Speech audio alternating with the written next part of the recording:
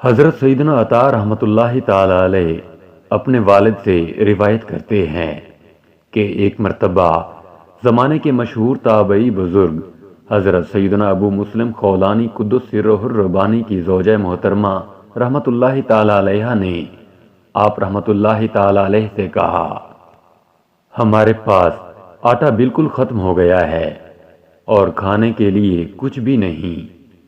آپ رحمۃ اللہ تعالی علیہ نے فرمایا، کیا تیرے پاس کچھ رقم وغیرہ ہے جس سے آٹا خریدا جا سکے؟ تو اس نے عرض کی، میرے پاس 1 درہم ہے جو اون بیچ کر حاصل ہوا ہے۔ آپ رحمۃ اللہ تعالی علیہ نے فرمایا، لاؤ وہ درہم مجھے دو، میں آٹا خرید لاتا ہوں۔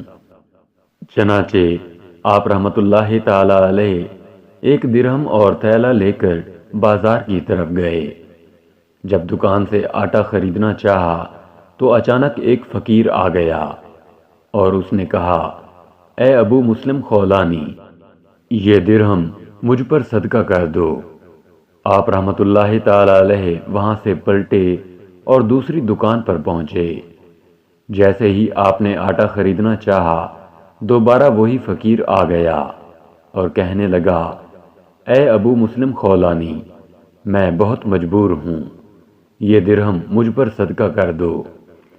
اسی طرح وہ فقیر آپ رحمۃ اللہ تعالی علیہ کے پیچھے لگا رہا۔ بالآخر آپ رحمۃ اللہ تعالی علیہ نے وہ درہم فقیر کو دے دیا۔ اب سوچنے لگے کہ گھر والوں کو کیا جواب دوں گا، وہ تو خالی تھیلا دیکھ کر پریشان ہو جائیں گے۔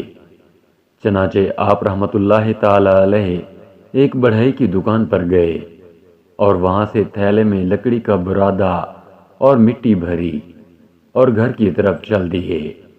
گھر پہنچ کر دروازہ کھٹکھٹایا۔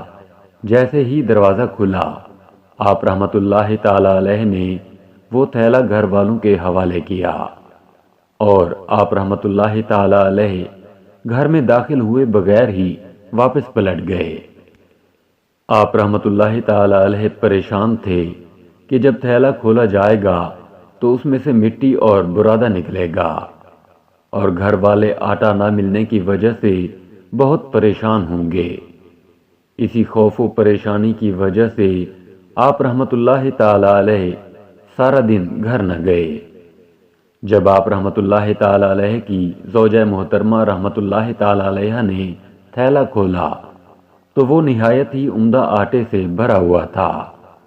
چنانچہ انہوں نے جلدی جلدی کھانا تیار کیا اور آپ رحمۃ اللہ تعالی علیہ کا انتظار کرنے لگیں۔